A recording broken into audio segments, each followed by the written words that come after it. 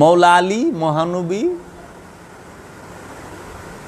সাথে ছায়ার মতো।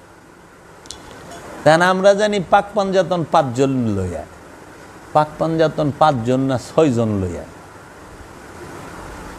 এটা অনেকেই জানে না। 6 জন নিয়ে পাক পাঞ্জাতন, একটি চাঁদ, 6টি 5টি তারা। কই থেকে? মহানবী চাঁদ, ওই যে দেখবেন যে নিশান দেখা যায় অনেক দরবারে, দেখেন না ফ্ল্যাগ দেখা যায় চাঁদের সাথে তারা তারা, এটা হলো পাক পাঞ্জাতনের প্রকাশ ঘটাইছে। মহানবীকে ওইখানে দেখানো হয়েছে চাঁদ। তারপরে মাওলা আলী, মা ফাতেমা, মাওলা হাসান, মাওলা হুসাইন, মহানবী এবং মহানবীর আওলাদেরা। আর উম্মতের থেকে নিরাশ করে নাই উম্মতরে, মুরিদদের থেকে একজন ঢুকে গেছে পাক পাঞ্জাতনে, সাহাবীদের থেকে একজন ঢুকে গেছে পাক পাঞ্জাতনে। তিনি হলেন হযরত সালমান ফারসি, দয়াল হযরত সালমান ফারসি রাদিয়াল্লাহু তাআলা আনহু। তিনি পাক পাঞ্জাতনে ঢুকলেন মুরিদ থেকে, প্রেমিক থেকে, উম্মত থেকে। আল্লাহর হাবিবের সবচেয়ে বয়স্ক মুরিদ ছিল হযরত সালমান ফারসি। ঐতিহাসিকগণ বলে যে উনি মুরিদ হয়েছে 150 বছর বয়সে আয়া, এরকম বলে। অনেক মতামত আছে। ইনি এমনই এক আসে যেই জমানায় কোনো ঠাই ঠিকানা, ফেসবুক, হোয়াটসঅ্যাপ, মোবাইল, চিঠি এই ছিল না।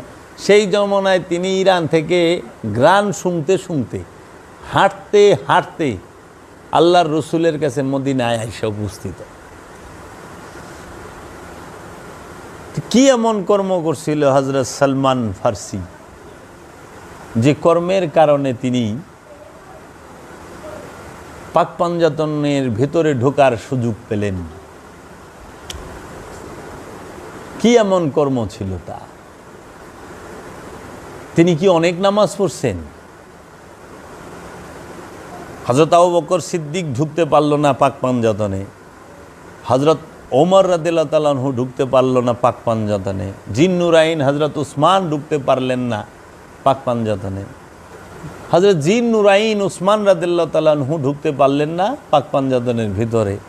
আব্দুর রহমান ইবনে আউফ, আবু যর গিফারি, হযরত জাবের রাদিয়াল্লাহু তাআলা আনহু, এরকম অনেক সাহাবায়ে কেরাম আছেন, তারা ঢুকতে পারলেন না। এমনকি আবু হুরায়রা, তিনিও ঢুকতে পারলেন না। তো সাহাবীদের মধ্যে হযরত আবু বকর সিদ্দিক রাদিয়াল্লাহু তাআলা আনহু থেকে বেশি নামাজ তো অন্য কোনো সাহাবী পড়েন নাই, বেশি রোজা করার সুযোগ ছিল না। তাহলে কি কারণে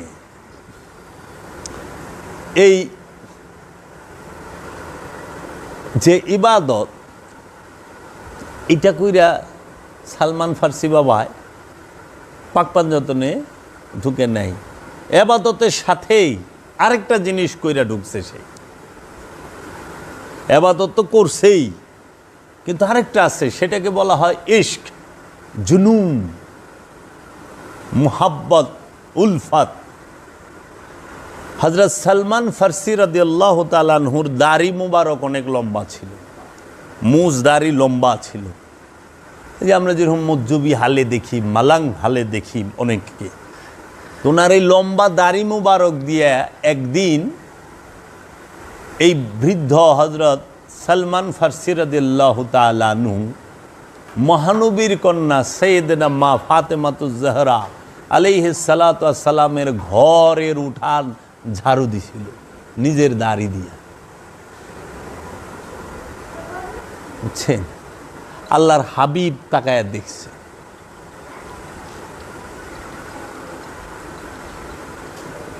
আল্লাহর হাবিব তাকায় দেখা ওর প্রতিদানে মহব্বতের পাক পাঞ্জাতনের ভিতরেই হযরত সালমান ফারসিকে নিয়ে নিছে। একটা তো আইন দিয়া চরম পর্যায়ের পুরস্কার পায় নাই, পাইছে আইনের পুরস্কার আইন দিছে, আইন মানবা জান্নাত যাইবা, আর আইনের সাথে মহব্বত করবা মুক্তি পাইবা। ছায়া দেখেন বহু নামাজি রোজাদার হজ যাকাত দেনেওয়ালা কুরবানিওয়ালা ছিল, আছে, কিন্তু ইয়েমেন প্রদেশে, ইয়েমেন হইল আল্লাহর ওলিদের ভূমি, আল্লাহর ওলিদের জন্মস্থান, সর্বপ্রথম আল্লাহর ওলি গো জন্মস্থানটাই ইয়েমেন থেকে হয়। আর নবীদের জন্মভূমি বলা হয় বেতেলহেম, তারপরে জর্ডান, যাকে উর্দুন কইতো আগে, উর্দুন, ফিলিস্তিন, ইজিপ্ট, মিশর, এই অঞ্চলকে বলা হয় নবীদের জন্মস্থান। মিশর, সিরিয়া, জর্ডান, ফিলিস্তিন, এই অঞ্চল হইল নবীদের, আর ইয়েমেন থেকে হয় আল্লাহর ওলিদের জন্য। সেই ইয়েমেন প্রদেশে হজরত ওয়াইস আল কারনি, তিনি আল্লাহর রসুলের এমন এক প্রেমিক ছিলেন যে আল্লাহর রসুল মদিনা থেকে দেখছে আমার একটা প্রেমিক আছে ইয়েমেনে।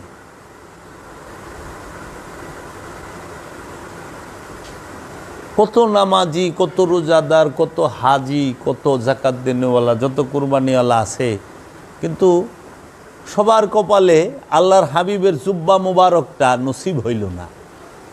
কিন্তু এমন এক প্রেমিক যে ওয়াইস আল কারনি, সেই ওয়াইস আল কারনিকে আল্লাহ রসুল উপহার দিলেন মাওলা আলী করমল্লাহু ওয়াজহুকে দিয়ে ওফাতের আগে, যে আলী ওমরকে নিয়ে যাও, ইয়েমেন প্রদেশে আমার এক প্রেমিক আছে, তার নাম ওয়াইস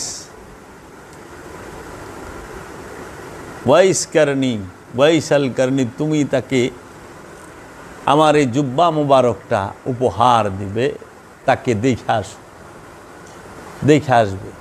হযরত উমরকে বললেন, উমর যখনই সুযোগ পাও, যদি এই আল্লাহর আব্দুহুর দেখা পাও, তারে দিয়ে হাত তুলা মোনাজাত করাইবা, তারে দিয়ে মোনাজাতটা করায়ও যদি পারো, যখনই পাইবা। তাই হযরত উমর রাদিয়াল্লাহু তাআলা আনহু যত বছর বেঁচে ছিলেন, সব সময় হজের মধ্যে ওয়াইস আল কারনির খোঁজ নিতেন এবং তাকে দিয়ে মুনাজাত করাইতেন। বুঝছেন? দেখেন, মহব্বতের পুরস্কার বাবা সালমান ফার্সিও পাইল, মহব্বতের পুরস্কার ওয়াইস আল কারনিও পাইছে। আচ্ছা, মহব্বতের পুরস্কারটা আশিকে রসুল হজরত বেলাল রাদিয়াল্লাহু তাআলা আনহু তিনিও পেয়েছেন। আবু সামার দুর্রার বাড়িতে, চাবুকের বাড়িতে পিঠের চামড়া উঠে গেছে, গরম বালির মধ্যে শোয়ায় রাখছে, পিঠে পিটাইছে, রক্ত দরদরায়া পড়ছে, কিন্তু তিনি বলছেন ইয়া মুহাম্মদ। হযরত বেলালের জিকিরই ছিল ইয়া মুহাম্মদ, ইয়া মুহাম্মদ, ইয়া মুহাম্মদ। হযরত বেলাল বলেছেন, আমি মুহাম্মদের গলিতে বসিয়া মুহাম্মদের পূজা করি, এতে আমি জান্নাত পাই চাই না পাই আমার কিচ্ছু যায় আসে না। আমি মুহাম্মদের গলিতে বসিয়া মুহাম্মদের পূজা করি, এতে আমি জান্নাত পাই চাই না পাই আমার কিছুই যায় আসে না। আল্লাহর হাবিব যখন দেখলেন যে তার আশিককে এইভাবে আঘাত করা হচ্ছে, তাই আল্লাহর হাবিব বললেন হযরত আবু বকরকে, আবু বকর, বেলালকে কি মুক্ত করা যায় না? ইয়া রাসূলুল্লাহ, আমার মা বাবা কুরবান হোক, আমি বেলালকে আপনার কাছে নিয়ে আসব। তখন আল্লাহর হাবিব বলল, আবু বকর, তুমি যখন যাও তাকে মুক্ত করতে, সেখানে আমাকেও শরীক রাইখো। মানে হযরত বেলাল রাদিয়াল্লাহু তাআলা আনহু ছিল আবু সামার কেনা, বাজার থেকে কিনা কৃতদাস। যেটা আমরা বাজার থেকে গরু কিনা আনি না, মহিষ কিনা আনি, আইনা বান্ধি, ওইটার আমরা মন ইচ্ছা মতো হাল চাষ করি, চাই আমরা তার শরীরে গুস্ত বানাই, যেটাই করি তো কিসের জন্য? লাভের জন্য।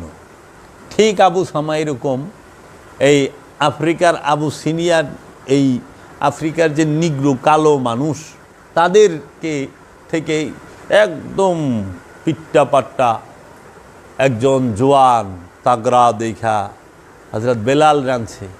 কিন্তু তিনি থাকে আবু সামার কাছে, তার দেহ মন দিয়ে দিছে মহানবীরে। মহানবীরে তার ভালো লাগছে, মহানবীর প্রতি তার প্রেম, সে কেন জানি মহানবীরে খুব ভালোবাসে। তিনি কিন্তু মহানবীর কাছে যায় সে মুরিদ হয় নাই, কিন্তু আশে কয়ে বয়ে রয়েছে হৃদয়ে ভিতরে ভিতরে।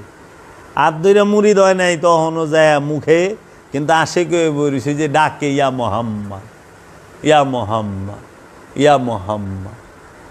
তো আবু সামা কয়, দাস আমার জিকির করে আরেকজনের, ওইব তুই তো কৃতদাস আমার, আমার কিনা গোলাম, তো তুই জিকির করবি আমার, তুই কার জিকির করো? মুখে খানের ঘুরে যায় ইয়া মোহাম্মদ, ইয়া মোহাম্মদ করতে আছে। ওই যে মানুষ নজর রাখে না যে কি করে না করে, দেখি একটু তো নজর রেখে দেখে যে হ্যাঁ মহানবীর নাম জপে। পরে হযরত আবু বকর সিদ্দিক যখন আসলেন, যে আবু সামা তুই ওরে বেচা দে আমার কাছে, কত চাস? হ্যাঁ কইছে, কথা মতা শুনে না, এটা রাখুম না, বেচা দিন। পরে আবু বকর সিদ্দিক যে অর্থ দিছে, সেখানে আল্লাহর রসুলও অর্থ দিছে, যে আমাকেও যে বলছে আমাকে শরীক রাখো বেলাল। হযরত বেলাল মহানবীকে এত ভালোবাসত যে হযরত বেলাল, আমার বাবা এক বলছে, বাবা জাহাঙ্গীরের জবান মুবারক থেকে আমি শুনছি যে হযরত বেলাল যখন আল্লাহর হাবিবের সামনে আসতো কিংবা ওইখানে ঢুকতো, আল্লাহর হাবিবের মুখের কথা বন্ধ হয়ে যেত, তিনি কথা বলতে পারতেন না, কেমন জানি করে, হ্যাঁ কথা বলতো। তখন আল্লাহর রসুল একদিন জিজ্ঞেস করলো সবার সামনে যে বেলাল, তোমারে আবু সামা এত পিটাইলো আমারে ভালোবাসার কারণে, আমারে মহব্বত করার কারণে তোমারে চাবুক দিয়ে পিটাইতে পিটাইতে পিঠের চামড়াটা উঠায় ফেলাইল। তুমি তো একটা দিন আমারে পিঠটা দেখায় কইলা না, দয়াল রসুল গো, তোমারে ভালোবাসার লিগা আমার পিঠের চামড়াটা উঠায় ফেলাইছে মারতে মারতেই। আবু সামায় আপনি একটু দেখেন, জামাটা তো উঠায় দেখাইলা না। আশেকে রসুল হযরত বেলাল বলল, যে আল্লাহর হাবিব এক চোখের পলকেই তামাম জাহান সওয়ার করে, সেই আল্লাহর হাবিব কি হাফসি বেলালের পিঠটা দেখে না?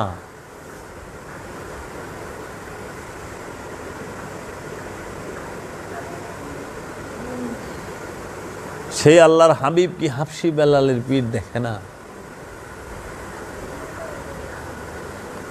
আমরা মনে করি হয়তো আমরাই আঘাত পাইছি। না বাবা, আমাদের আঘাত তাদের তুলনায় শস্য পরিমাণ না, শস্যার সমতুল্য না। ভালোবাসলে আঘাত পেতেই হবে। মহব্বতের প্রতিদানই হইল আঘাত, বুঝছেন?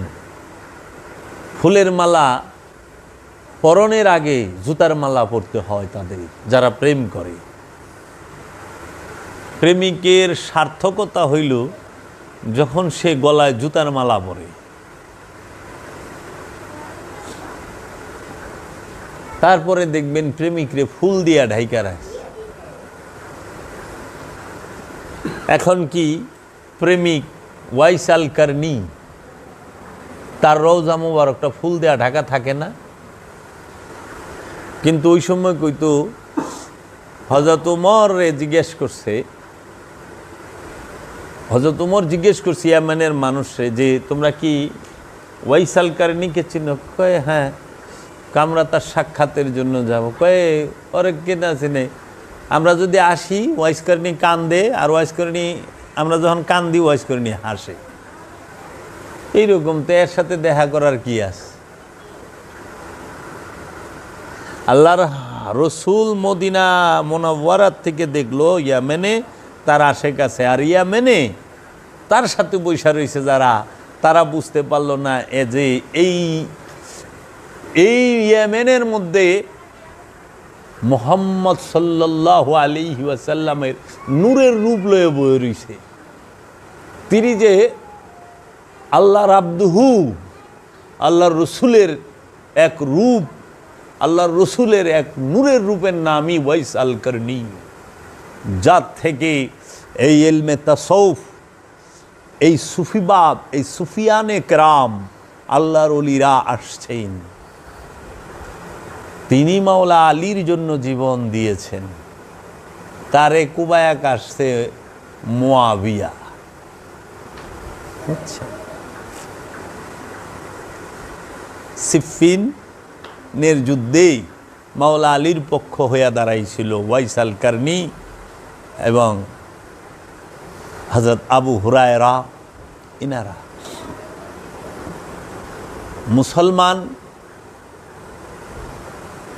মুসলমান রেখে আসছে। ওলি আল্লাহর দরবারে আগুন হিন্দু দিছে, খ্রিস্টানে দিছে, ইহুদি নাসারারা দিছে, নাস্তিকরা দিছে না, এই লেবাসদারি মৌলবাদী উগ্রবাদীরা দিছে। জগৎ কি ভুলে যাবে? আমরা কি ভুলে যাব? না, আমরা এই রূপ আগেও দেখেছি। বাংলাদেশে তো আল্লাহর ওলির মাজার ভাঙতে আছে, আরবে তো আওলাদে রসুলের মাজার ভাঙছে। আওলাদের অলির থেকে আওলাদের রসুলও কত ঊর্ধ্বে না? তো এই মৌলবাদীরা তো আরবে আওলাদের রসুলের মাজার ভাঙে ফেলাইছে। যেই মা খাদিজা না দাঁড়াইলে ইসলাম দাঁড়াইতে পারত না।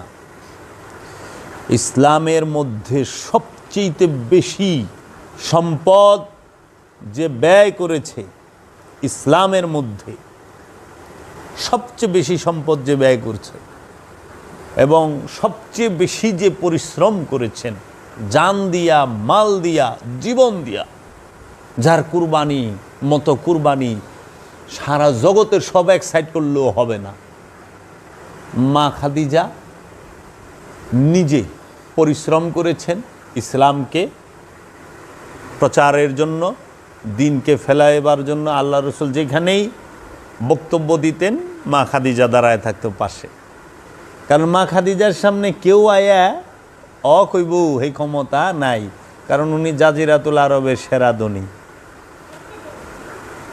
আচ্ছা, মা খাদিজা সমস্ত সম্পদ আল্লাহ রসুলরে দিনের জন্য আল্লাহ রসুলের কদমে উৎসর্গ করলেন। মা খাদিজার আদরের দুলাল, নয়নের পুতুলি, নয়নের মণি সৈয়দনা মা ফাতেমা কেউ মা খাদিজা উৎসর্গ করে দিলেন আল্লাহর রসুলের দিনের জন্য। আল্লাহর রসুলের পরিবারের সর্বপ্রথম যিনি শাহাদাত হন, সেই শাহাদাত যিনি হন তিনি হচ্ছেন সৈয়দনা মা ফাতেমাতুজ জহরা আলাইহিস সালাতু ওয়াস সালাম।